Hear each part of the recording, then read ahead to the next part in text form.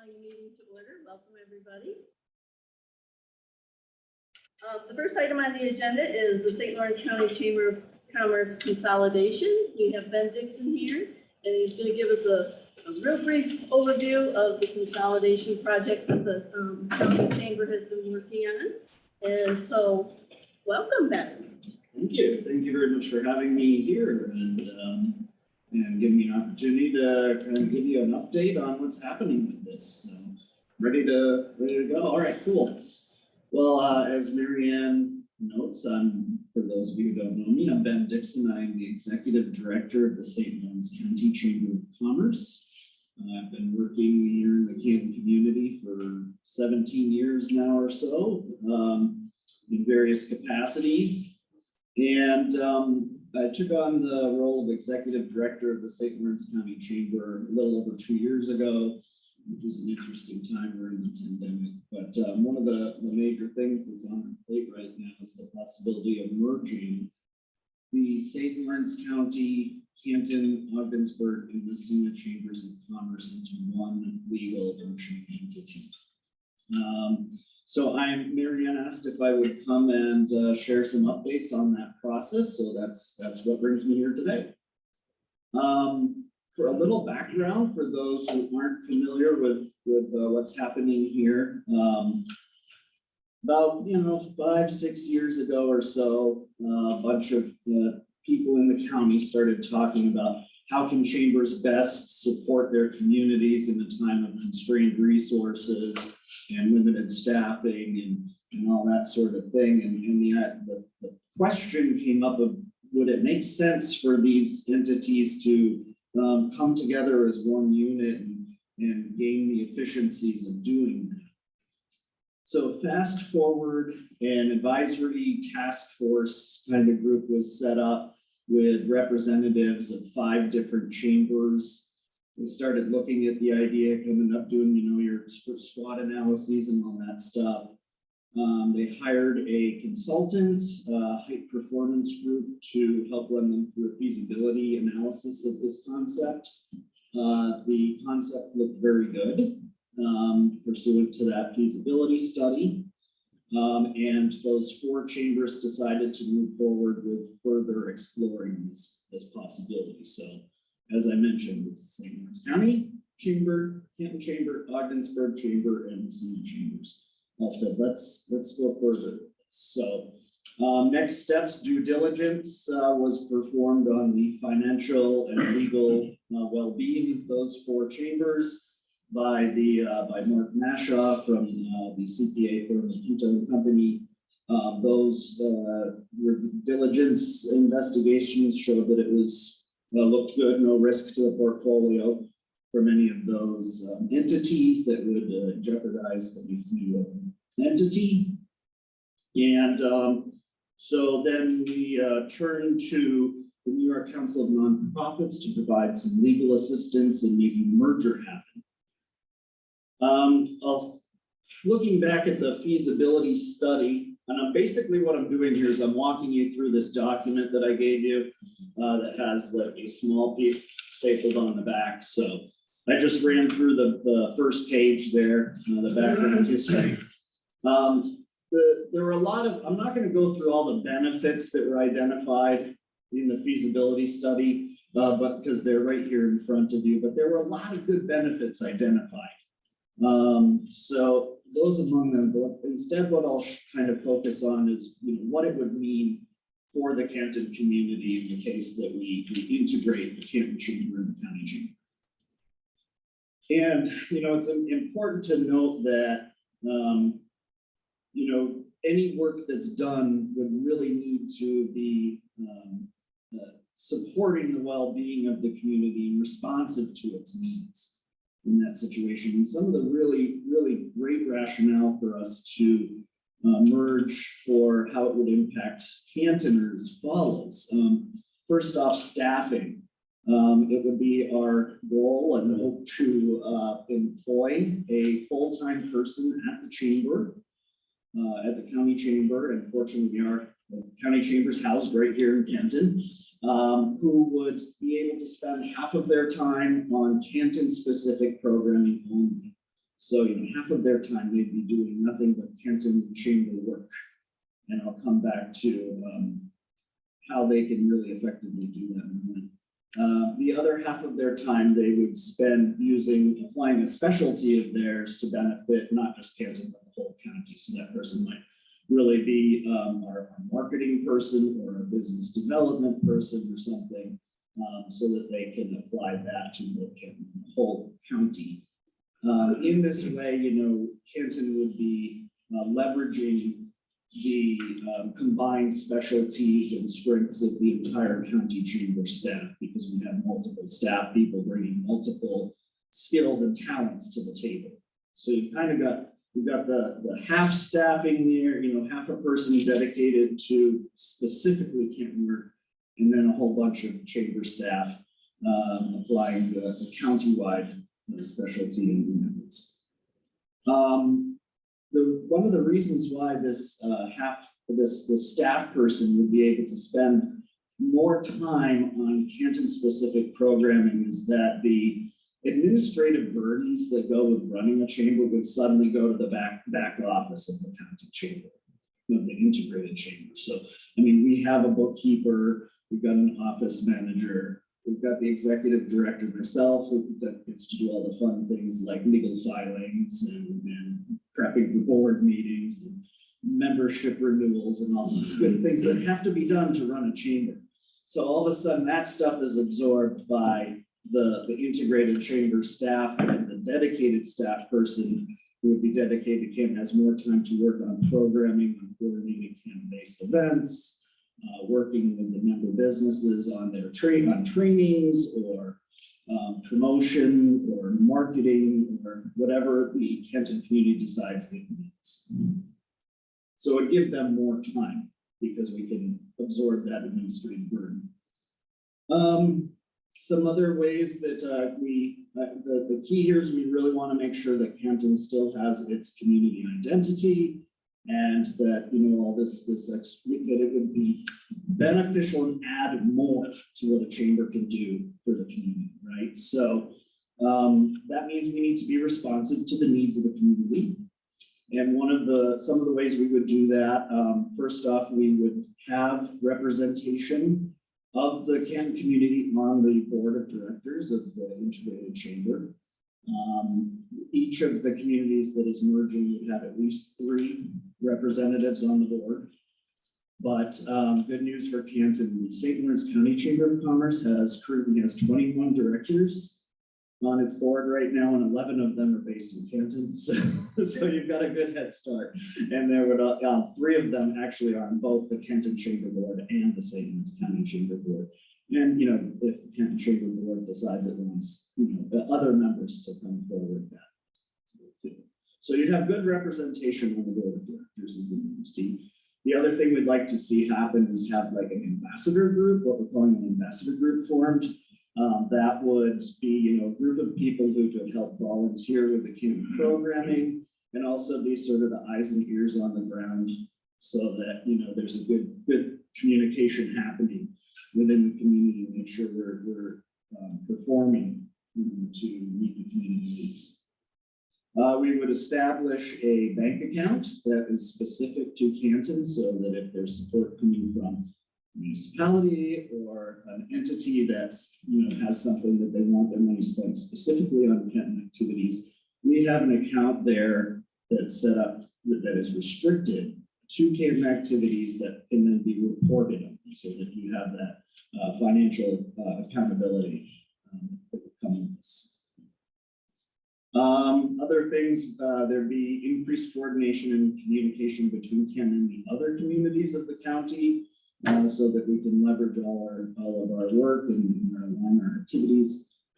And also, we would plan on operating in terms of our relationships and support from municipalities on a contract for services basis, where there's an identified scope of work and deliverables that would need to be met for any municipal support that is provided, and the integrated chamber would certainly be committed to providing reports on a regular basis.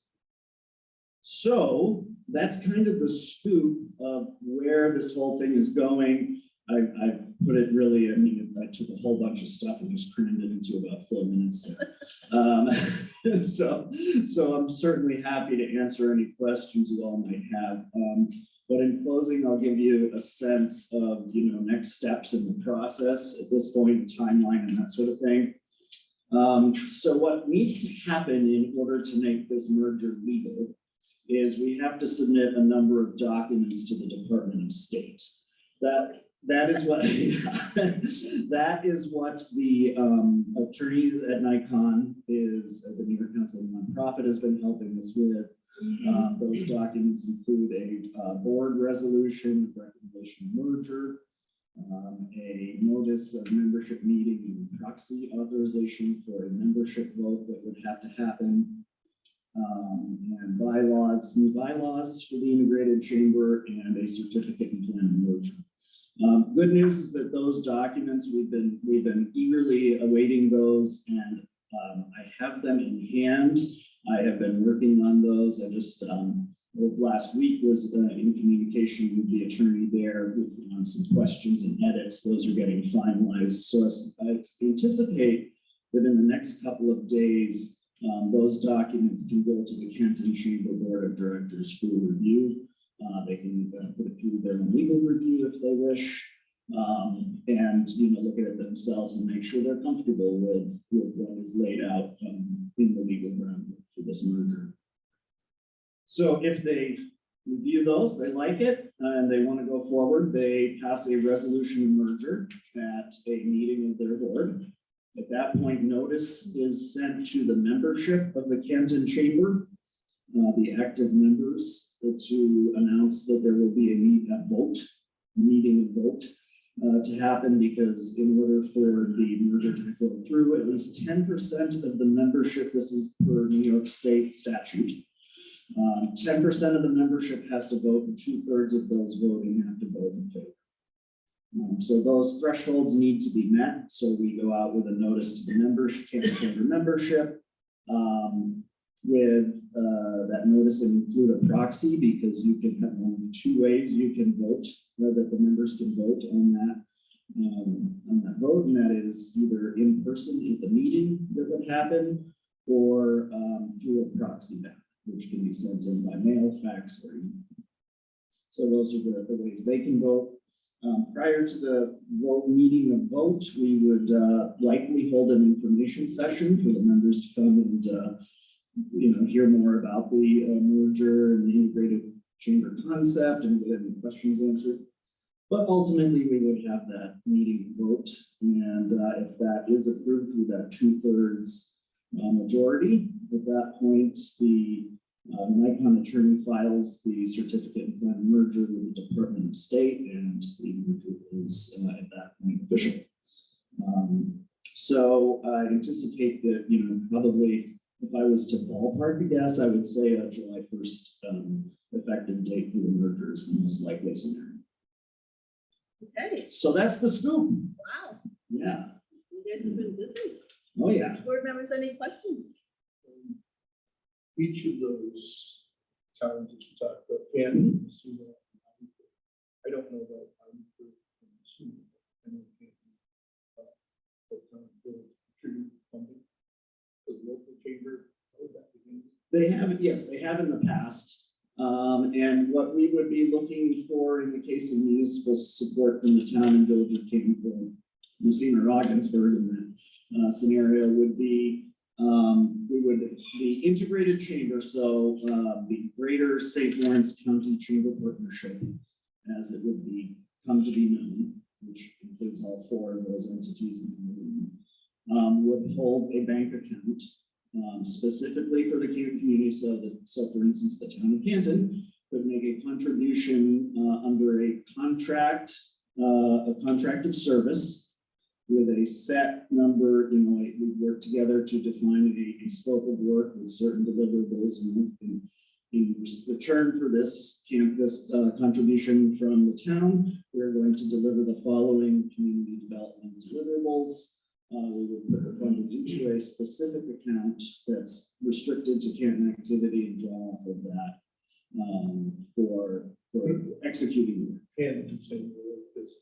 You mentioned a 6 regular business contributing to exactly. and wanting something. Right, right. Yeah, so any entity that came to the chamber and said, we want to contribute for the following activities to be done to enhance the vitality of the community, we could put it into that restricted account and draw off it for whatever the expenses happen to be, but whether it's, marketing or staff time allocations or whatever. So do you anticipate you'll be putting in a request to the town? I do anticipate we would be looking to do that. We want the scope of work to be, something that's mutually agreed upon that, the town and its economic development community and the chamber community all say, these are the priorities. We really need, maybe it's like we need these 3 events to be organized. We need this kind of marketing, continuation of the gift card program, whatever it is. So right now, the Canton Chamber has a part-time person. Correct. So They have do a you halftime person. excuse me? Yes, they have a halftime person. So do you anticipate doing another search for? like, Yes, I this is think all we done? would, yes, we would be anticipating doing a search for that position. Great. Anybody else? Ben, thank you so much. You bet. We've been putting this off and now this is good. There you go. Well, if you have any further questions, if you're like me, you'll probably have a question 2 days from now, we'll pop in your head. Don't hesitate to contact me. I'm sorry, I should have included my business card. But you can reach me at the St. Louis County Chamber. The number there is 315-386-4000. You can also just pop in the visitor center, go on to meetings a lot. So, Right. but we're located right next to the bank over up the street. So, Thank you so much. you bet, Marianne. My pleasure. Thanks for having me to share the news. And I will note we've begun discussions of what kind of activities we want to engage in pursuant to the merger, including with the Economic Development Steering Committee and Lee Rodriguez and other people in the community. So it's exciting. We're on the doorstep. Okay, great. Thank Thanks you for very that. much. Have a good night. Thank you. The next item on the agenda is public comment. If you would like to speak to the board, I ask that you do go up to the podium and use the microphone because the people online have difficulty hearing and I have difficulty hearing in acoustics as well. So is there any public comment? We ask that you identify yourself and leave it under 3 minutes so that everybody will have an opportunity. Is there any public comment? Okay. County Legislative Representative update. I don't see Ben here, and we didn't get anything in writing from him. Did we? All right. Approval of minutes for the regular meeting of March 8th, 23. Is there a motion? Is there a second? All in favor say aye. Aye. Carried. Correspondence. We did get a letter from the St. Lawrence County Public Health Department. They are asking municipalities to consider suitable places within our community, within their communities, which could serve as cooling centers. So they've spearheaded a project like that. And if we are interested, we certainly would have to do some paperwork and let them know. But if board members could think about if we need a cooling place in Canton, where that would be, and then we can communicate that to the public health department. Okay, town finance. Hi, Angela. Good evening. We have provided a report for the 3 months ended March 31st, 2023 across all government funds. And as you'll note at the summary page at the bottom, there's a surplus year to date in each one of these funds. Revenues continue to be collected as well as expenses we paid. The largest expense, one of the largest is personnel services, employees, costs, etc. So we look at that each month, and all of those are trending as expected. And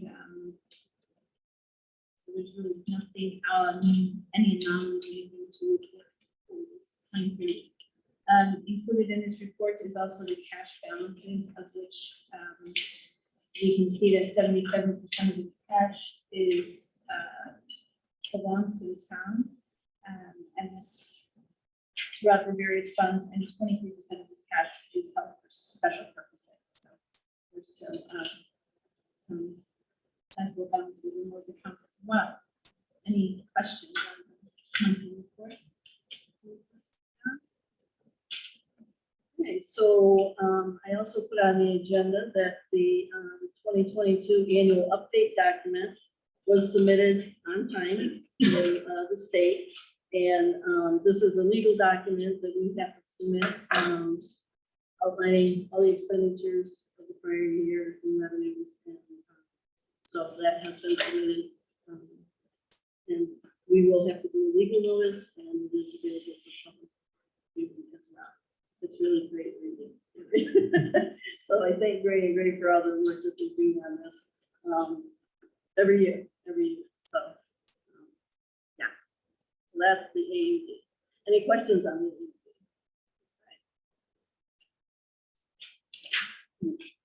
AUD? Audit committee. Oh, excuse me. Thank you. And I also have the town clerk report to report on, and we have reviewed and reconciled the activity in those year to date. The town has received in revenue $2,122 from activities associated with the collection of money within the town clerk's office, and the month of March was $922. At the end of the month, there is money due out to other governmental entities, which is normal and gets paid very quickly from the closing. One of the biggest items outstanding is our taxes due to the city council. Questions on this?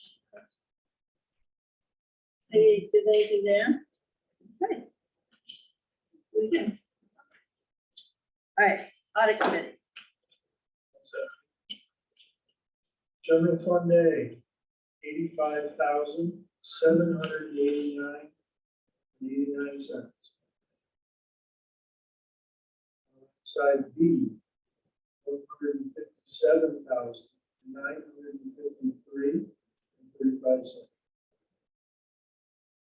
Town outside DA, $33,922.39. Town outside TV, $9,225.90. Trust and agency, $22,549.17. Special fire, $4,588.83. Special lighting, $287.29.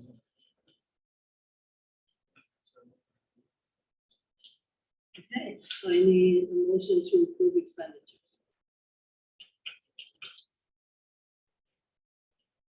I make the motion to approve expenditures. Or did Jim? I didn't. Oh, is there a second? It's okay with me.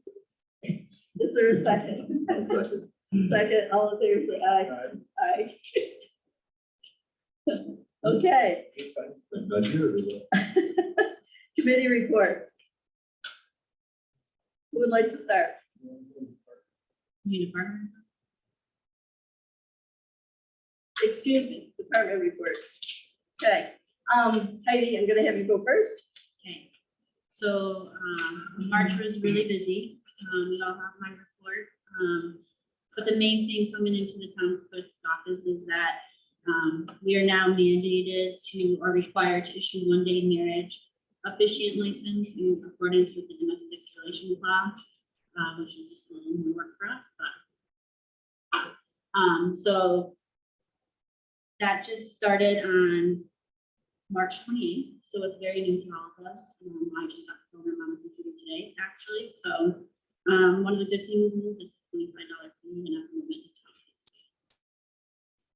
so yeah, and there's some things about how to go about it, but that's the biggest newest thing in the office. And then the only other thing to really report is just to on April, I'll be gone for my conference from April 22nd to the 26th, and at this time the office was closed. And I'll put that on the website. Any questions? So the marriage thing. So now anybody can marry anybody, right? If they're interested, right? So, but it's just a it's a one-day But marriage it's- officiant, but it's. No, this is just- really interesting though. It's called a one-day marriage officiant license, but it's really only, you can only do one marriage in one day. So you would come in and apply to be a marriage officiant and then, but you can't do that until the couple has already come into the office to get their marriage license, and they have to fill an application out, and it has to match what the couple is, submitted to us. The officiant has to go to the town clerk that the couple went to get their marriage license. They don't have to reside in New York to do so. They don't have to live in the public, but they do have to supply proof of identification and have the application notarized. But they can only marry one couple in a day. They can't marry multiple couples. So But wasn't the original intent of the legislation that they, like, if I wanted to marry somebody, I would have to apply to the state, get approval? But Correct. now it's, you passed can on approve. to us. It has nothing to do with the state anymore. They're Yeah. all gone to the city or town clerks that do the marriage license. And the $25 is a set fee. It's a separate, yeah. Wasn't that interesting?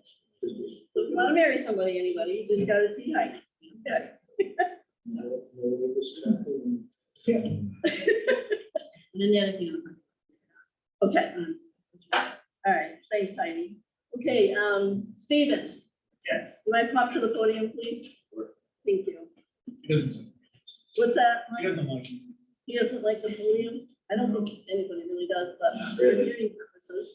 I don't have a lot to report on. It's normal right now, it's springtime, but we started doing cleanup. I think the crew's pretty excited with the hope that winter might be over. We're not going to jinx that just yet, but the shop's been really busy. You probably found the a lot of repairs over the last month, some expensive ones, but just like everything else, everything's getting expensive, so unfortunately. We did finally get county bid for last Thursday, so we're starting to put some pricing together for jobs for this coming summer. Asphalt is a little bit cheaper than it was last year, but not much, very, very little. Hopefully we'll be getting the committee soon to try to talk about some projects. And hoping this year to try to correct a couple more water issues that they had kind of arise here and there in places, take care of those. And I would like to ask the board, if everyone is okay about possibly putting a loader back up and watching international game. To try to sell, if everyone's okay with that. Get that going, again, the construction season's coming. And we're going to do this and that. Any questions from anybody? Okay. Stephen, do you need to go to your meeting? Okay, have a good night, thank you. Okay, let's see. Cindy's not able to be here, Linda's not able to be here, and Lee is not able to be here. Megan? Well, I would think so. So same as Steven said, we're trying to transition mode right now.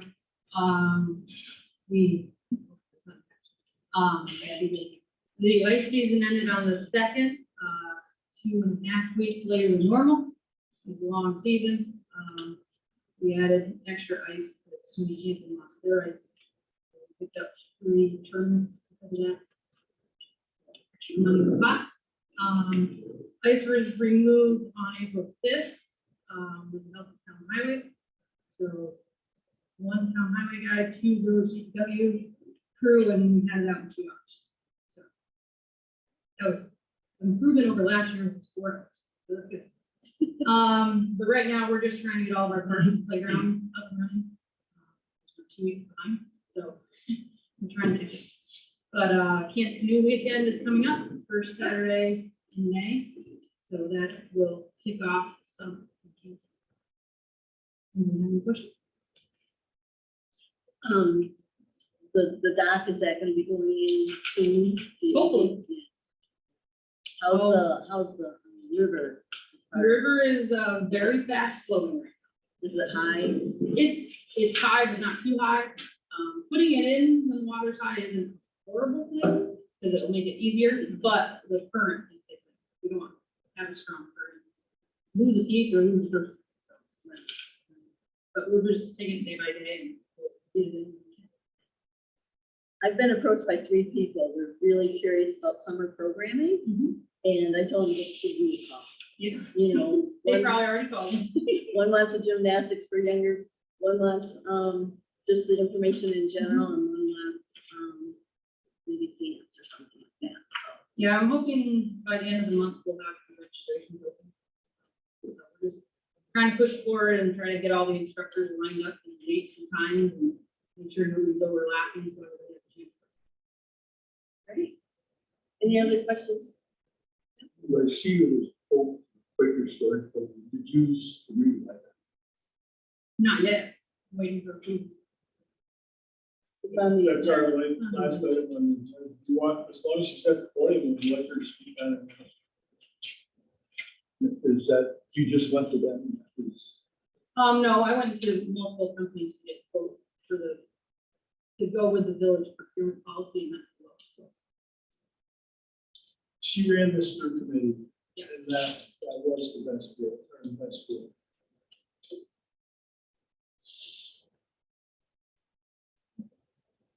It is on the agenda for further discussion. The recommendation from the committee. Do you have more questions? All right, thank you, Megan. Okay, Mike? Thank you, Mary Ann.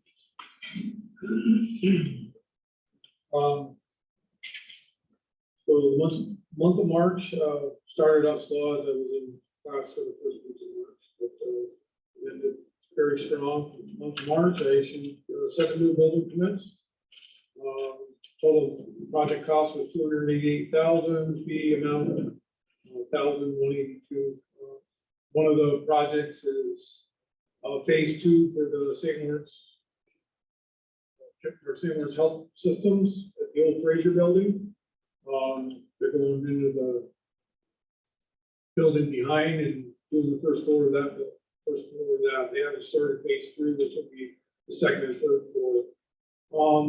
Also in my report, I attended the anaerobic digesters at the stop farm floor. It's held by Cornell. Very interesting. I learned a lot about in my report. You can see what I learned. And I'm going to do a webinar tomorrow to Penn State, 12 o'clock. And with the digesters to see if they have any other ideas on it. I did attach in my report for the board members. I got a quote from E-Codes as we are close to redoing our zoning code. The town of Canton had E-Code back in 1997, and I don't know what happened after that. The quote to quantify all our laws, all our codes, the system like the village uses. The total cost is $13,500 with an annual fee of $1,195. But it's up to date, it's current, it's professional. You know, the book is, we printed it out. So that's something we can look at further down the road in the next few months. But other than that, that's it. Any questions? And wasn't the planning board interested in? The planning board is the one that opened up the conversation for us. So I spoke to Mrs. Noble and she gave me the contact for the person. But they said the same thing as us. We're going through this rezoning. Why don't we look at updating this?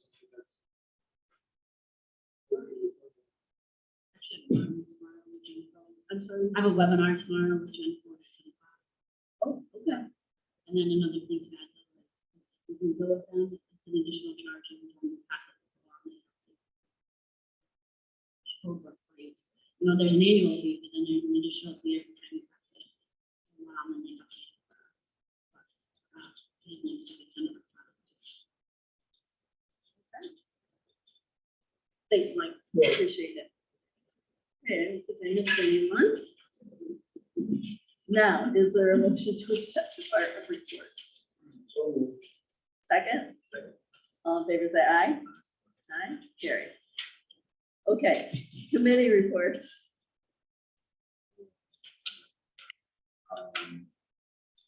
Sustainability Committee met on the fourth. Rainbow, and Barb did a great job, with the program on EDF. I think a lot of good information came out of that, so very well done, very well done. What else?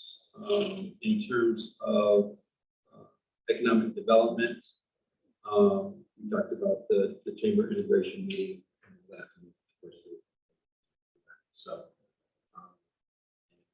solar has been a number of times.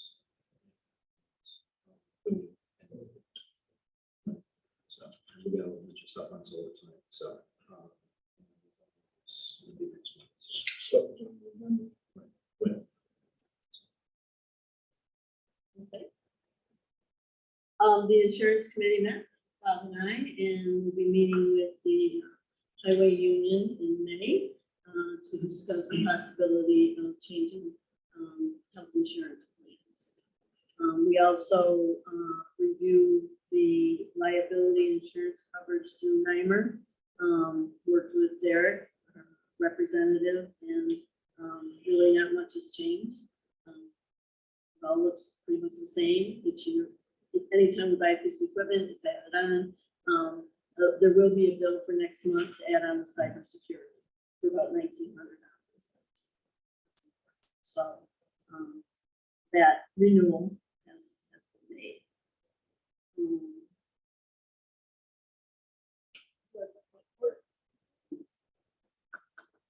We met with, we're not prepared on that one? Okay. Okay. Any other department or committee reports? communications and technology. We have had 3 different website companies that we had presentations from. And comparisons and cost analysis, and I think we're going to be prepared to make a recommendation at the joint meeting around 26. Recreation, we're still working on the agreement. We've also been, board trustees, talking about budget. Later on the agenda, Mike can speak to it when we get there. She's in the middle of new lifeguard shed for Taylor Park.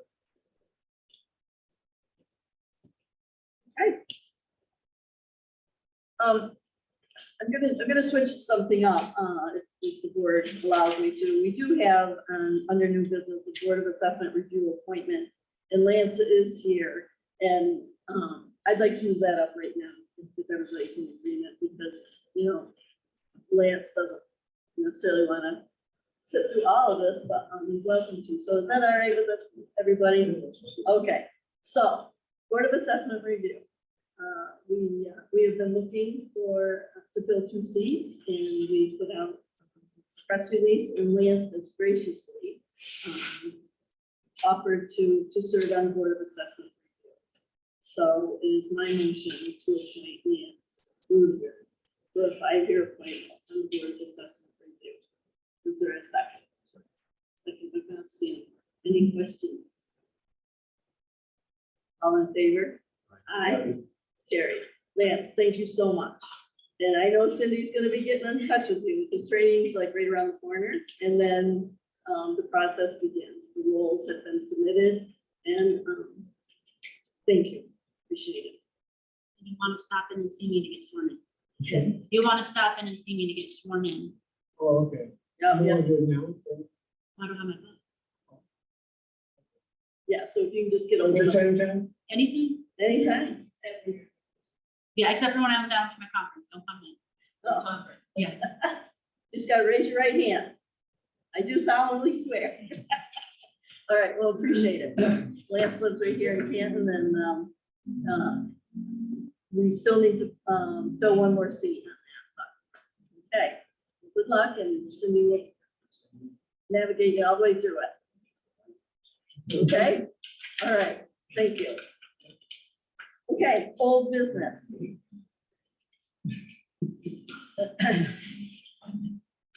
Night, Lance.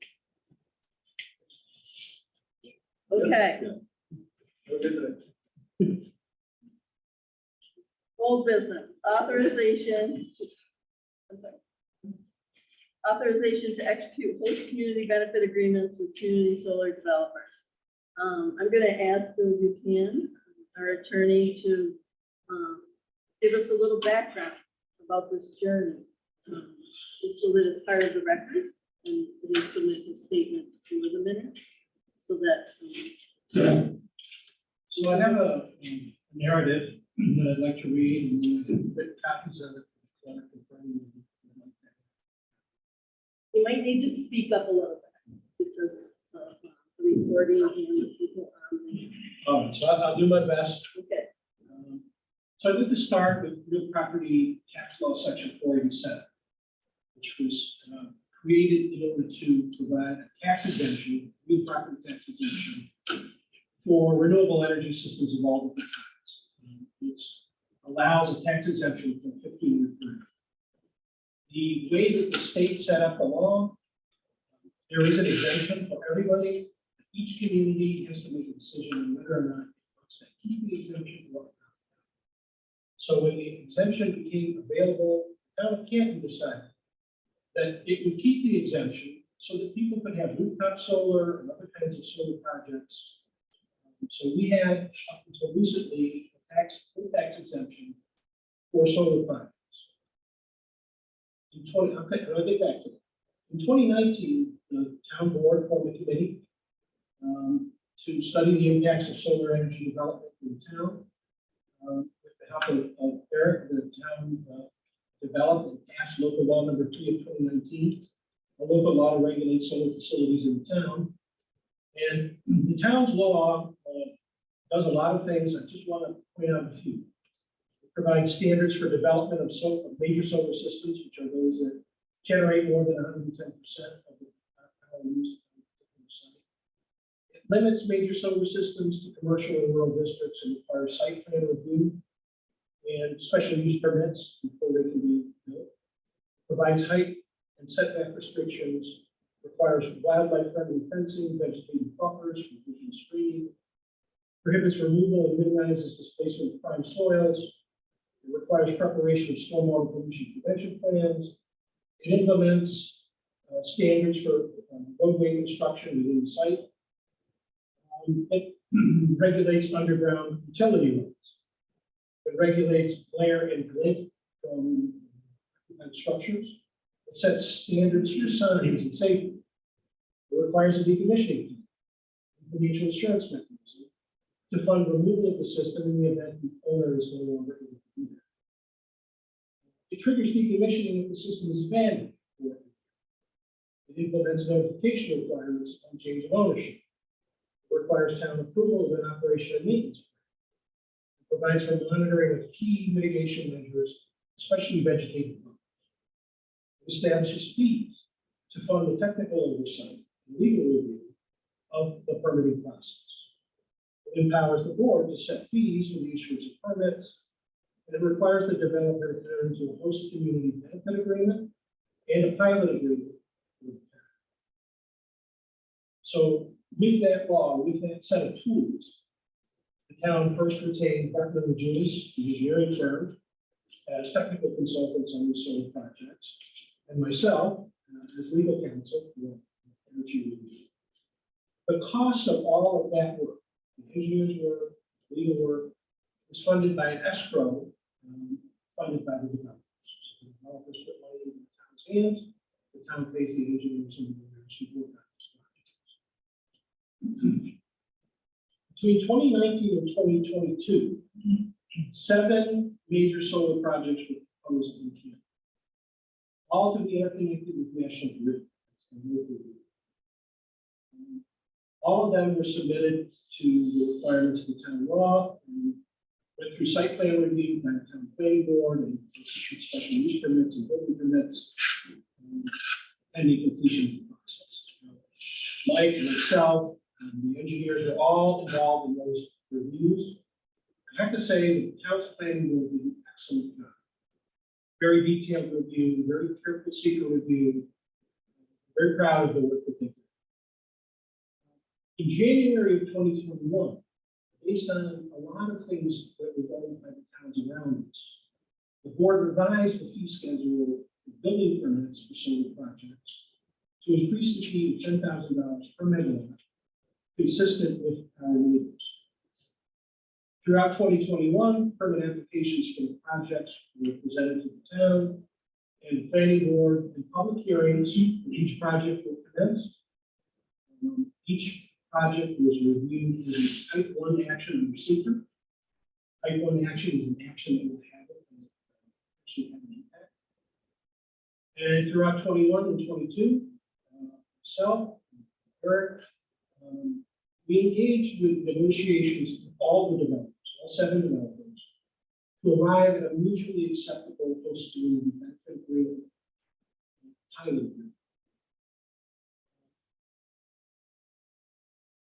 We worked unsuccessfully with other taxing jurisdictions to try to level out the pilot agreements. School district. Ultimately, we concluded that it would be in the best interest of the town to opt out of the tax exemption. And the town did so in December of 22. Each of the 7 projects, wind solar projects, are already interconnected. We have their agreements. So opting out is not going to impact those 7 projects. Will, however, future. So tonight, we have a resolution for each one of the community solar projects that's been through the planning board process. That's 6 out of 7. There's 1 more that needs to go through the process. And the parties reached a financial agreement, and it applies to all of the solar projects. The financial agreement is $1,500 per megawatt AC for a 15-year period with an annual escalator of 2%. So, as an example, a 5 megawatt project will generate $220,500 from a combination of permit fees, 15-year stream of income from the student benefit agreement, and the pilot. So add those up for 7 projects, it's a very significant stream of revenue. In the summer of 21, the town was informed that there's an 8th project. It's going to be located on Ridge Road. It's the EDF renewables project. Jack Honor and some of his colleagues came in and presented to the board a 240 megawatt solar project with 20 megawatt battery storage facility that will occupy somewhere around 1,700 acres of land. Unlike the previous projects, that project will interconnect with a transmission line. That line is called the Moses Anaerobic Smart Path Transmission Line, which runs to the Lewis County town program. So, in contrast with the 7 community projects that were permitted by the town, the EDF project will be permitted by a brand new state agency called the Office of Renewable Energy Siting Programs. Under a new law, it's called the Climate Leadership and Community Protection Act. It's published as Section 94C of the New York State Executive Law, and it's implementing regulations to influence CNA. So the Act expressly preempts the town. But anything that ORES deems to be inconsistent. Preemption is a legal doctrine that means in the case of the town Canton solar law, it would be applied by ORES to the Rich Road project only to the extent that it's consistent with New York State. So as an example, if we said we need a wildlife friendly fence, an hour long, and OMES says, and we don't require that, then they get to decide which one of those laws. So neither this board nor the planning board will review that project. The secret review will be done by OMES, and the siting permit will be issued by OMES. Excuse me, Bill. We're having people request they can't hear. You're asking to request that you Use the microphone.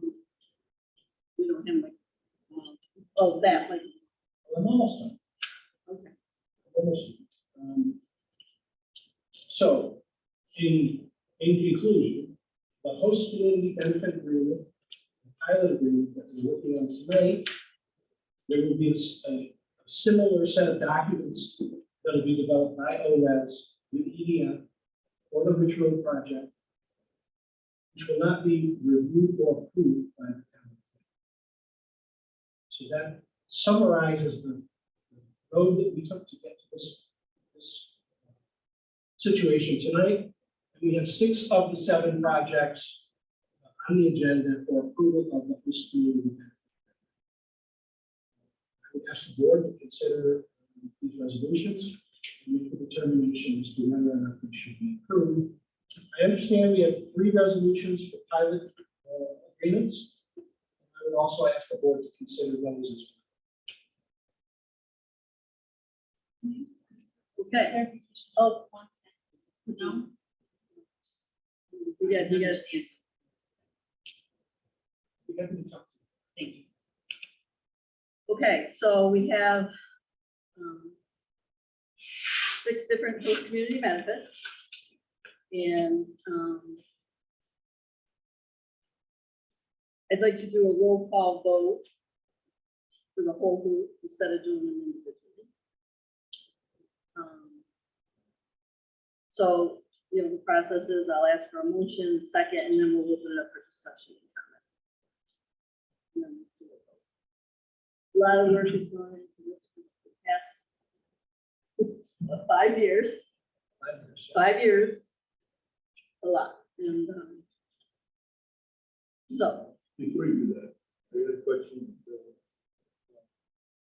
The ones at 310. Have we resolved all of their issues?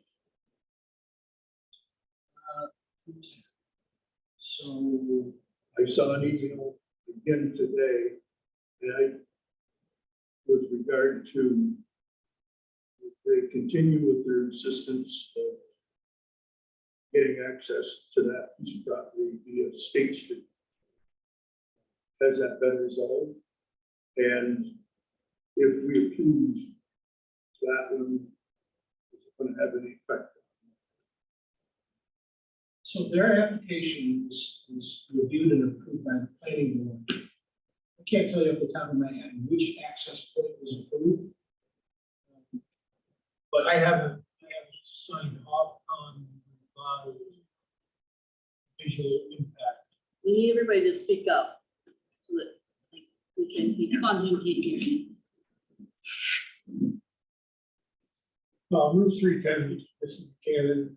I have not signed off on the revised site plan as in the resolution number 21. Soul America or Nautilus had to meet with the neighbors to finalize their agreement on what would help them, you know, not visually impact their site. I have spoken with both neighbors. And we're still working on the quotes for Soul America visual impact. So I can see where Mr. Smith is coming from. It was approved at the planning board's March 6th meeting, but there was a stipulation, and then through the project, hindsight's 20/20 on all these projects. We did not have highway superintendent look at these access, and the 310 project, basically Mr. Smith denied the access off State Street, and wants it on Route 310. So this is a condition of the site plan approval. Correct. So if you were to approve the host community benefit agreement tonight, and we're not able to resolve the access question, then the project would not receive a permit and could not go forward. It's only once that's resolved. All boxes have to be checked, and that would be one of those boxes on the issue they have. And again, I don't know if it's a negotiation or not, but it just seems that they just keep coming with, we want the access of State Street, we want the access of State Street. And the highway superintendent has identified at least 8 to 10 reasons why he doesn't want the access to be on State Street, including school, golf course, peewee fields, daycare, all these items that are all right there. And they just keep coming back, and he knows, he's talked with the state says they will give them the access of 310. Yet the developer has not once said to him why they don't want to use 310. And they want to use State Street instead. I mean, if the town's got that many reasons why they don't want to use State Street, and we can see no issue where 310 would be the right way to go, they have not offered the town anything with regard to why it makes more sense for them and not make sense. Why it makes more sense for them to come in on State Street rather than off of 310. So, I mean, and I don't know if you're talking with them, if you could just, say, let's at least give us some rationale as to why you're so opposed to an access off of the state highway that they're willing to give them, as opposed to coming off from State Street where trucks certainly aren't going to come off from State Street and go by the game of happen. I will follow up with the developer to make sure that this matter gets resolved, because they cannot get a permit until the matter is resolved, because it's a condition in the site plan. So thank you for bringing that up to me. I'll make a point of talking with them. Okay, thank you. I think it's important, if I may add, that 4 different people have called Stephen on this. And so perhaps a conversation with Stephen first as to who he felt was the person to communicate with, because there's 4 different people that keep calling on this. And my understanding that this particular project has been flipped to a new company, from Soul America to Nautilus. So, there's those layers as well. So maybe. But we can issue. I would hope we could reach a resolution with the developer on how this all. Or like I said, or at least if you could get us some, something substantive as to why, they do not want to use that access. Okay. Are we ready to take a vote? All right, so for the 6 host community benefits that you all have copies for, as Bill said, at the 1,500. I'm sorry. Yeah. So I need a motion. We're going to do this all as one group of the 6. So is there a motion to execute the host community benefit agreements? I need a motion. To authorize me to sign these agreements.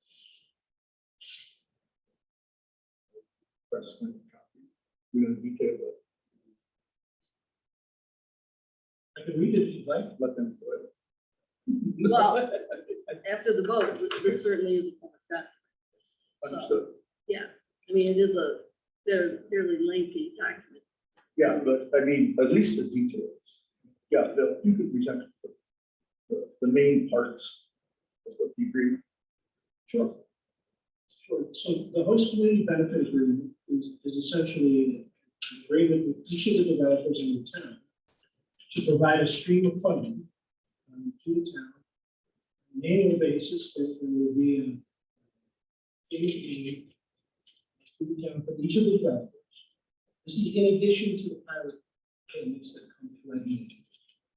The host community agreement provides a number of different requirements in addition to the funding. Funding is basically the main element. There's a payment of a fee. There's a late fee. It's not paid on time. It stipulates that the funds can be used for public purposes. This is not a tax. The board has discretion to use these funds as it sees fit. The agreement can be terminated if you fail to meet the requirements. There are remedies for breach. There are notice requirements. There are issues that come up. There are what I call legal terms like severability, jurisdiction and venue if we have disputes, amendments, assignment is allowed. The way these community solar projects are financed, there is a developer who secures the leases, secures the permits, creates a limited liability corporation, and the limited liability corporation shares are then sold to investors. Investors in community solar projects are typically people interested in tax benefits that come with solar development. So by purchasing a share of the corporation, so you mentioned Nautilus. Nautilus is an investor that bought shares in the LLC so that it could reap the tax benefits. So in addition to selling power, they finance their project with the tax benefits, which are very generous on the federal level and the state. So in sum, that's what the coast community benefit provides. Any questions from the board? Okay, is there a motion to pass? There's a motion moved by Bob. Is there a second? Second. Okay. I open it up for further discussion or comments. Want to hear? It's, it is, I mean, I don't think we're getting here, but we should be getting, but it is what it is. You know, we're limited on, I think, on what we can do. They have a right to come to Canton. Give them that right to come to Canton. And again, I'll continue to say that the biggest concern I have about any or all of that is use of land. I've been chastised for it before, but I mean, I farmed my whole life this way, and I hate seeing land go. The reason they're coming here, the reason they're using our land, it's easily accessible and it's cheap. And so, but it is what it is. I mean, that's the way it works. And we're not doing a very good job, I don't think, of protecting it. You know, we put stuff in our law. I don't even know why we write this stuff, because nobody, the state does stuff that makes absolutely no sense. I mean, the state they're looking for these huge developers to develop huge solar projects. They'll tell them, do not put this on prime ag land. If you do, we will fine you. They go ahead, they put it on prime ag land. They find the developers. The state takes the money until they got caught. They're just taking money, putting it back in the general fund, using it. Great. Now they're taking that money and they're setting aside for ag land protection. Doesn't make sense to me, because they're certainly not protecting ag lands. And so I said, I've been chastised for thinking the way I do, but I've got, I think, lots of good reasons for why I feel that way. Solar, no objection to it, but I really do think solar could be placed much more strategically. I mean, there's all sorts of places. Why isn't solar in parking lots, rooftops? You know, someone builds a Walmart, make it mandatory. Solar's gotta be on it. That's just too easy to bring it in and set it up on wide open spaces and. But we're pretty much at a point where this is what we gotta do. I would just like to comment for the record that, hadn't we seen this coming 5 years ago? And put a moratorium in place so that we could study it and create a law, it would still happen and we wouldn't get any benefits. So I commend everybody for seeing it coming and all the work that's been put into it. Would I like more? You're darn right. But I'm prepared to, I mean, that's the to plus move side of it. forward. By, you know, they could have came and we would have ended up with our 7 or 8%, and that's all we would have got. The host community benefit, which we put in our law, does allow us to get a lot more, and we can't say enough good about Bill. You know, we hire him, and then we give him the dirty job of having to negotiate all this with the developers, which, and I mean, he'd come back to us, we spent a lot of time in meetings and, you know, and his credit, he finally said, you know, I think fellas, this is our people, this is the best we're gonna do. And sure, you're right. So here we are. So I do thank you for the time that you put in. It's well, been interesting, to say the least. Any other comments, questions? Okay, so I am gonna do a roll call vote. Actually, Heidi, would you do a roll call vote for us? So you just say our name and we either say aye or nay.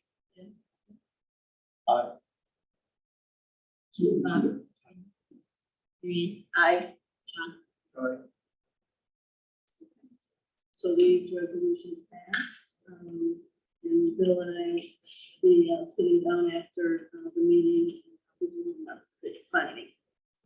Okay, would the board be comfortable if I took the pilot resolutions up to the next step so that we can get that done too? Okay, so the board in your blue folders, those are the pilot resolutions through the IDA. So it's 3 separate, out of the 7, we have 3 at this point. And so each one's a little bit different. Bill, I don't know if you want to talk a little bit about this. So the pilot, the payment in lieu of taxes agreement, as I mentioned in my narrative, these projects are tax exempt. But in making them tax exempt, the state law also says you can require a pilot agreement. So a payment in lieu of tax agreement is based on the taxes that they would otherwise pay. So in St. Lawrence County, and in the town of Canton, the tax rates are very much different between the county, the school district, and the town. So the good news is the town's tax rates are very low. The bad news is that means that the pilot payments, the share of the pilot that comes to the town, is correspondingly low. But that is a creature of law. It's a creature of how the tax situation rolls out. I will say that the committee, tremendous efforts to try to seek cooperation among the taxing jurisdictions to try to level it out. That is an impossible task. To ask, for example, a school board to say, we don't want all the money that we're entitled to. So I think the board made a very good faith effort to try to work with the other taxing jurisdictions. I have no doubts that those taxing jurisdictions did the best for their constituents. So we have a pilot where the share for the town is 9%. And it will stay that fraction for the next 15 years. Then each one of these systems will become fully taxable.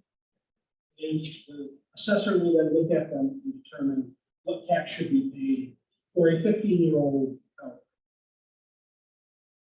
So that's the reason that I put that in the narrative. We started out with an exemption, we've now removed it. And at the end of the 15-year period, these things will be fully taxable and the pilot will roll. So it's in sum, what it's about.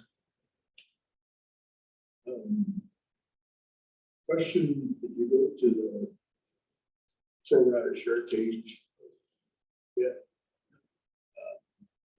I see it's got taxing jurisdictions, it's got ton chargebacks down there, which is county charge back to the towns.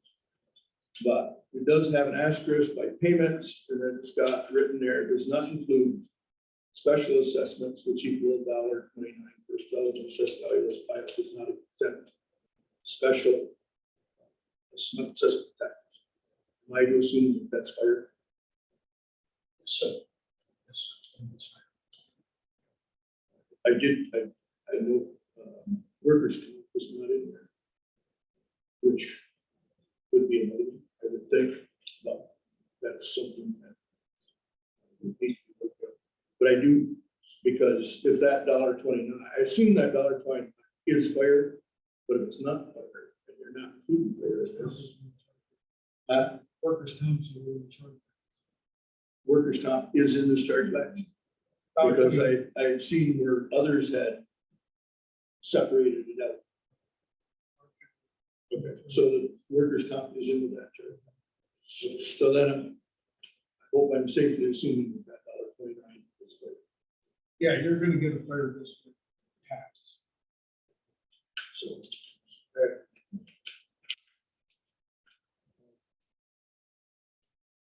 Okay. So we have the three pilot resolutions.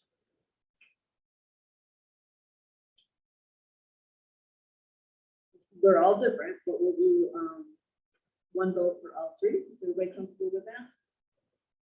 All right, is there a motion to approve these resolutions? Is there a second?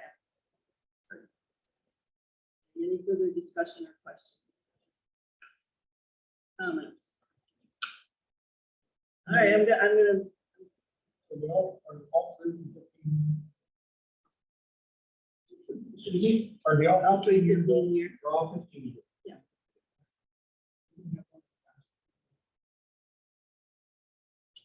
The IDA. Oh, Okay, so I'm gonna say again, this has been such a journey and a learning experience, especially with pilots in the state formula. The school will be the biggest benefactor, the county next, and the town number 3. And like Bill has said, we've tried to get this changed. We've done all the work, we're gonna get the least amount of money. I'll say it straight up. You know, my feeling is, you know, it's a good thing for the school to get this money over the years. And again, it's the best that we could do. And that's all I got to say. So anybody else have a comment or question? All right, so I've already had a motion in a second. So Heidi, could you do another roll call? Jim, yes. Bob, Yes. Marion, Yes. John, Yes. Those have been approved as well. And Hetty and I will have to do some signing and numbering of those resolutions. Okay. Oof. All right, the next item under old business is complete streets proposed law. We've had this on the agenda a couple times. So is there a motion of any sort? Yes, I'd like to make a motion to actually remove this from the agenda. Is there a second? So Any questions or comments? I was just curious as to, why it's not being tabled and it's just being removed. In my mind, I looked at the law and hamstrings the highway superintendent too much.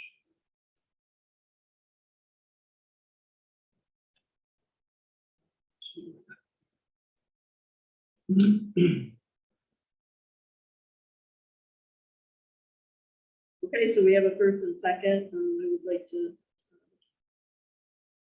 take a roll call on this. Heidi? Jim? Yes. Yes. Me? No. Yes. Okay. Let's take it off the agenda. The next item is the court constable, position. As you know, we have a part-time court constable, it's court security. The justices have approached, the committee. They would like to change, the structure of this. They would like to, have the town have a memorandum of agreement with the village of Norwood to have one of their police officers do court security. We have a draft memorandum of agreement that has been sent to Eric and Neimer, and we're still not there yet. But it is of their opinion that we need something in writing. Currently, the town of Potsdam does utilize the services of the village of Norwood police officer. They don't have a written agreement per se. It was done at a vote of a board meeting, but it is of our opinion that we need something to outline all of the services and expectations for liability purposes. We have a current agreement between the town court, Canton, and then the village for storage of the equipment that Western currently uses. So there's some language in there. So a draft has been worked on. We're not there yet. Eric, can you speak to a little bit? Yeah, there was just some provisions in there. I thought very appropriate, we made some changes, the insurance folks are taking a look at it, make sure it complies with what we need for our policies. And I think a written agreement is essential. It's basically a short. So, we are looking at having another meeting coming up soon. So hopefully we can put that on the agenda for passage. The justices would like it done sooner, but these things take time. So, any questions on that? All right, I have appointed a confidential secretary bookkeeper. Shelby Bacon will be joining us, and her first day on the job is going to be the 20th of this month. So I'm excited about that. So welcome to Shelby. All right, new business. Number 2, set special meeting for part 1 and part 2 of the SECRA environmental assessment, amending chapter 70 zoning, repealing chapter 71 solar energy facilities of the town of Canton, amending chapter 9 planning board of the town of Canton code, and set a public hearing for the proposed zoning update. As y'all know, Monica sent us another revised form. The committee's been busy.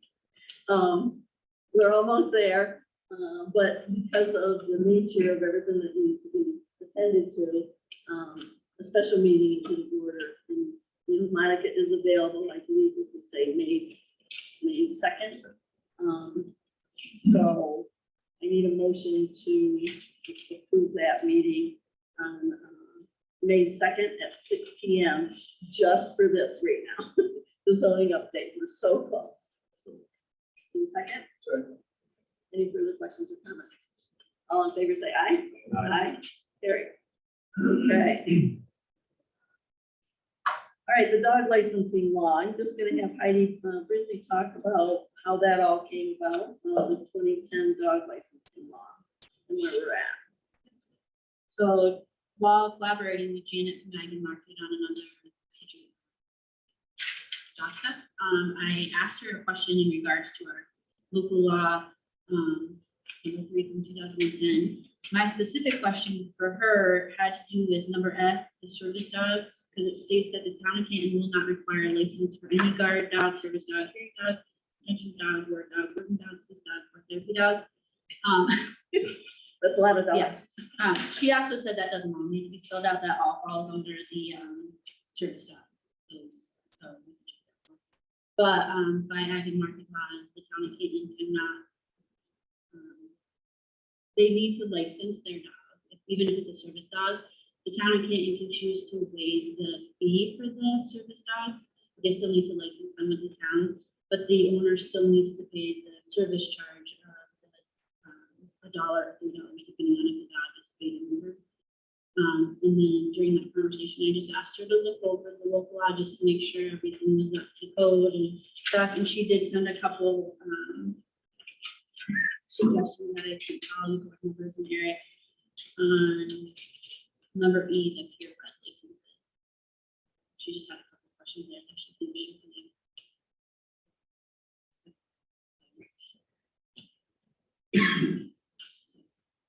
So does the board, do we want to continue to have that conversation and look at, and have Eric look at it for us as well? And go from there. Do they have to prove it's a service dog? No. Can't pass. Does that include emotions? I'm sorry. Does that include emotions? All right, Touchy subject on top. right, In regards to right. services. It's really dogs are emotional support for everybody. Right. I just say. Okay, so we'll continue to look at that, and Eric, if you wouldn't mind taking a look at it as well. I think I sent everything to everybody, but if you have anything that you want Janet to send us. she will. Great. Thanks, Heidi. Board review of the supervisor's office. John and Bob, I'm gonna talk to that. So John and I did the board review of supervisor's office this morning. And we're very, very pleased to report that it was outstanding and find any issues at all. So the supervisor's office does a wonderful job.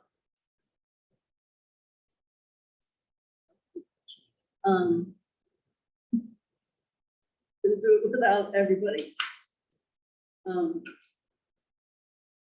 I don't know if we need a formal motion on this, or just that it's for the record, not just writing the original. I don't think we need a. Okay, number 7, way back in 2019, the very first, oh, excuse me, budget amendment for 64 Main Street purchase. I just did not have the time to type up a resolution of sort and have Eric review it. Basically, we need to do a budget amendment to transfer the ARPA money for the purchase of McDonald's. And it's about 156,000 that we closed on.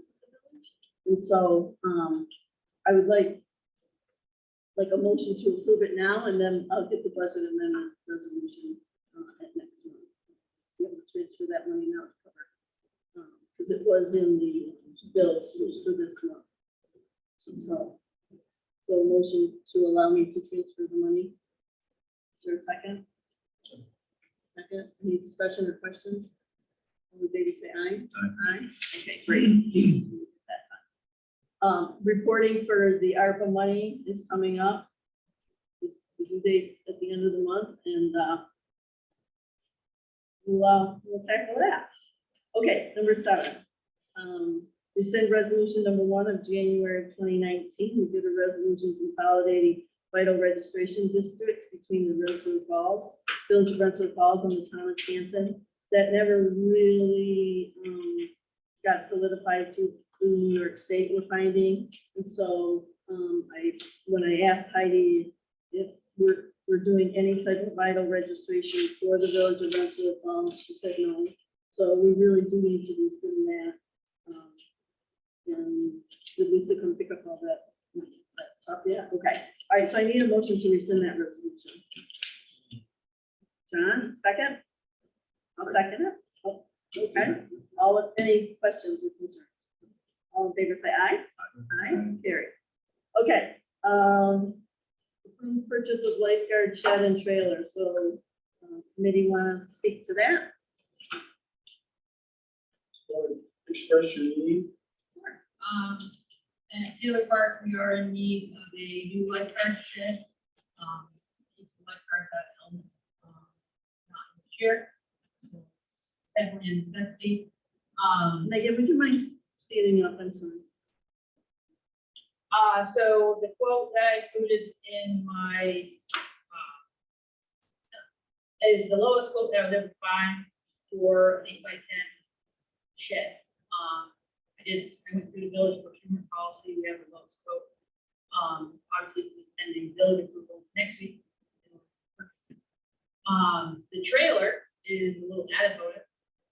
So the shed, because we're in flood zone, we have to drag it back and forth from the water back to the bathhouse. So buildings aren't meant to be dragged. So every 4 or 5 years, you gotta buy a new building. So trailer, running gear. The idea is to shed on top of the running gear, so that way we don't have to buy a new shed every 4 or 5 years, maybe every 30 or 40. So I do have 2 verbal quotes from 2 separate farmers. The $1,000 one is the backup. I do have a quote from a farmer for free, but they need to dig it out and make sure that it is still functioning properly. It has never been used, but it's sat for about 10, 15 years. So $1,000 for the trailer is back. I like free. But yeah, the shed, it's bare bones. I got it as minimal as possible. It's actually in a window, 4 windows, so it's proper ventilation. The sheds that they have currently, basically an oven. Ventilation, nothing. And you might as well not even have it because they don't want to be in it when it's 90 degrees. So, yeah. Happy to answer any questions. So honestly, it's a safety issue for us. And also, if somebody's at the beach and they're overheated, if they, they can drag them in there. Is the shed composite or is it?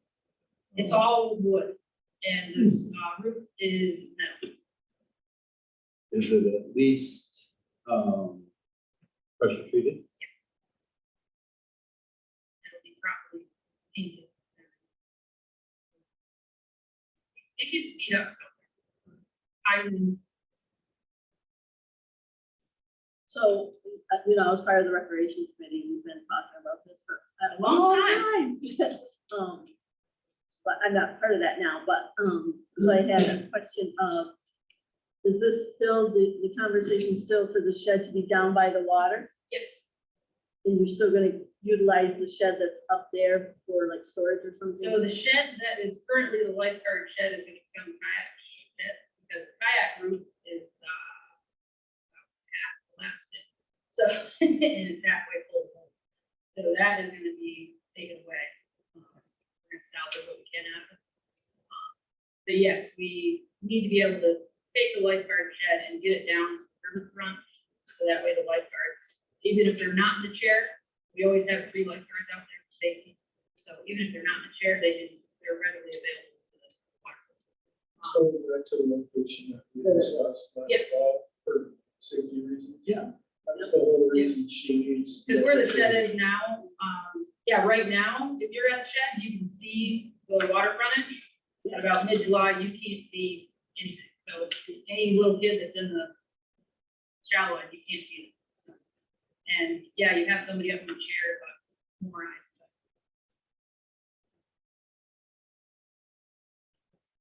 Also, for the safety. Versus So my next question is this, you're looking for support now to pay half of that? Correct. So is the village, is that being put in next year's budget?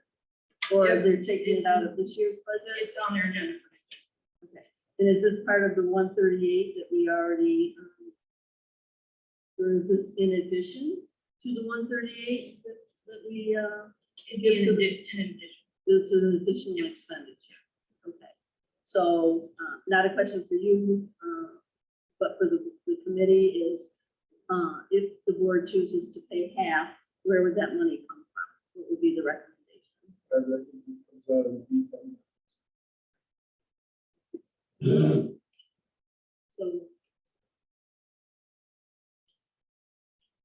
So I guess the next question is, do we build in $1,000 for the undercarriage, just in case she can't get, or she can't, A, get the free one, or B, the free one isn't using it? Should we build that into the motion? So what's the total now? And then, Well, our half would be, if we build in $1,000, our half would be $2,370.50. If we did not include the undercarriage, it would be $1,170.50.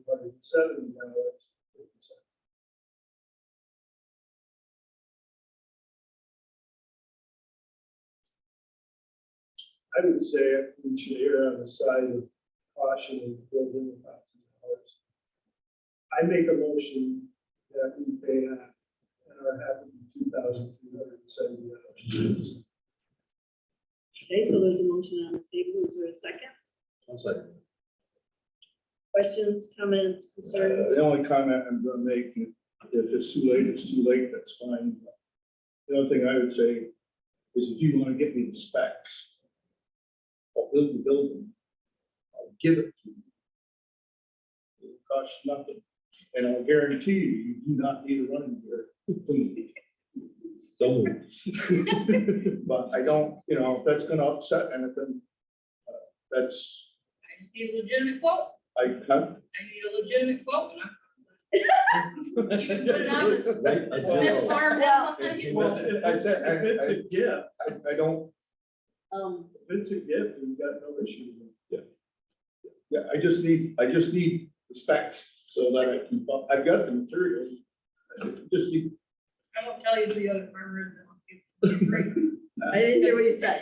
it doesn't matter, just. Tell it. I wanna know what farmer is doing this to me for free. Meg, Never mind. And I will Less is deliver, more. I'll deliver it, You deliver it? I'll deliver it.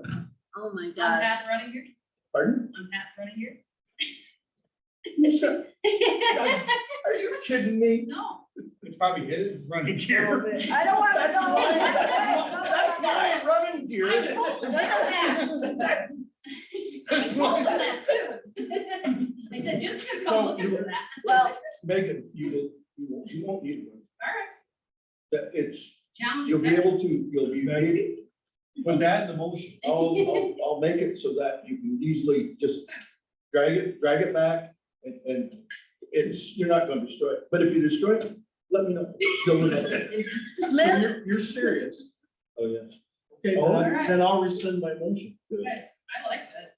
Okay, so need it by so first of motion May, has been rescinded. We need it by the end of May. End of May. by the end of May? Yeah, Oh, end of May. geez, don't give me all that time. I know. Okay. We got a lot. All right, Planting season. Come on. Jim Smith, you stole my thunder. Because I was gonna offer to donate, because the kayak program, You can donate the money. little heart there on the so if you kayak still wanna program. donate, just donate my way. Because Taylor Park is the diamond in the rough, and it's just, It's a very That's- important it is. piece to this, Megan, you didn't expect this, did you? Hey, And I didn't either. I was already getting half of it for free from somebody. But you need, give me this. I'll get you this back. I think it's like 8 by 10, right? Right there. Like 10. There's just that. You want it bigger? No, I do not want it bigger. Sure. I'm positive. Well, after that. All right, I'll let you Think about guys. it for a Okay. minute. No, All right. I don't need it bigger. Well, Then the lifeguards will have all their furniture in there and everything. I don't need it all bigger. right, we'll just keep moving forward, Jim Smith. Okay. Every day I hope for 5 positive things, and I think you just made number 7. So, thank you. All right. That was Nothing else went unexpected. right for me tonight, so. Woo! All right, so the motion's been rescinded. Good luck to y'all and make sure you get a lot of pictures there, Miss Megan. Okay, the last item on the agenda is public comment. This is the time we listen. I read a question from. Public comment, but it's gonna be for Bill. Is there any provision for protection in case of bankruptcy? We were talking about this. Absolutely. There's a decommissioning agreement. Issuing bond. So there's no developer there to decommission it at the end of its life. Town can step in, we have the funds to be able to do that. But you have to understand in bankruptcy, something that makes money by generating power is an asset and a liability. And that is something that the creditors to that company will want to keep it, and they'll want to continue to have it. So I think it's a very remote possibility, but we've addressed it with the decommissioning bond in our law and also in the agreement. Okay, any other public comment? Art? You wanna go? Yeah, do mine. And I think We need like a moving microphone, you know? Part of this mic is. Okay. So I'm Barbara Lee. With the moratorium explanation that Mr. Buchanan and you spoke of, do I understand correctly that even if we had a moratorium, it would have been within by the state? A moratorium on solar development? For Rich Road, No, the community, I think it was spoken of regarding the community solar. And that even if the town had developed a moratorium with ORES and so on, that the town's law would have been overridden and solar development would have gone forward. with regard to Rich Road, the ORES process, the moratorium that the town would have. Right. But I'm speaking of the community solar. I just want to be clear in what I think you said. There was, I believe, a moratorium to create a pause to draft the local law. And once the local law was passed, then development can be regulated, and that is essentially what's happening. Did we have moratorium? We did. I see. We had a moratorium that was for 6 months, then we extended it for another 6. And then I believe we extended it for another 6, and in that third extension, that is when we completed our solar law. That we wanted to get our solar law in place before any development. And we're talking about community solar. Yes, this was, And then this is very specific. You mentioned that Soul America. Do I understand that you said that Soul America that was doing 310, and I think Cheese Whiz also, they have sold it to Nautilus, or Nautilus is an investor?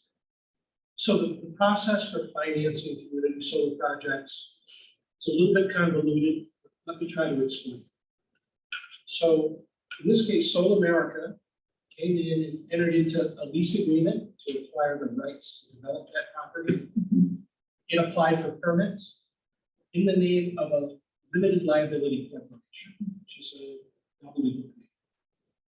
And that LLC is receiving the permits from the town.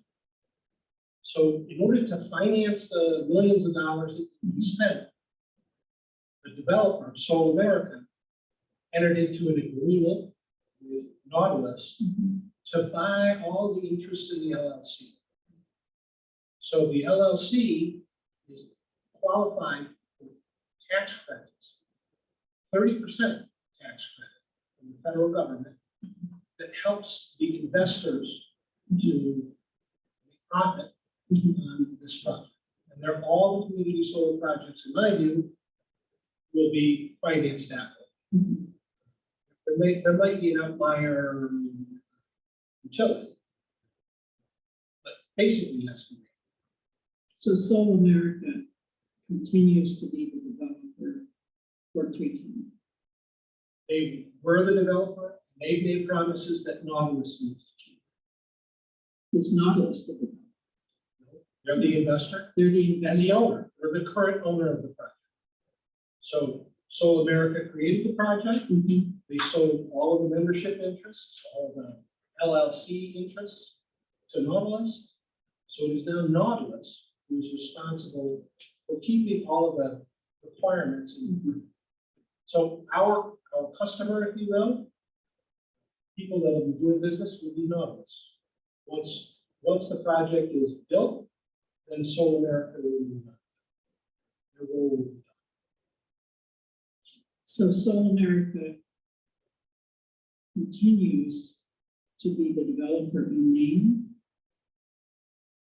Developer is someone who sets up the project, gets it permitted, takes it to a certain point, then the responsibilities are. Where that line is drawn, I can't really tell. I haven't seen that. But typically, it requires Soul America to get the permit in hand. That's usually their point of departure. That's not happening. I'm only asking because the Sheasley project is directly behind us by a couple of fields. And I know conversations that were held by Sheasley's and also for 310. And so I wondered if the results of those conversations would be in any way affected with Nautilus being in play. But it may not be a question that is answerable. Not by anyone in this room. Yeah. It's the first time I've heard of Nautilus. And it could be any one of a number of investors that are going to come into this project. To any of them. To any of them, in my view, the majority of them will be operated by someone else. They're financed with tax credits. If you think about it if you ever play the stock market or make an investment, where are you going to get a 30% return on your investment? It's a very attractive investment for people who pay a lot of taxes. So the owners are typically very large taxpayers. Thank you, Barbara. I guess is there a question, Heidi? Can you read that? I think you're right. Okay.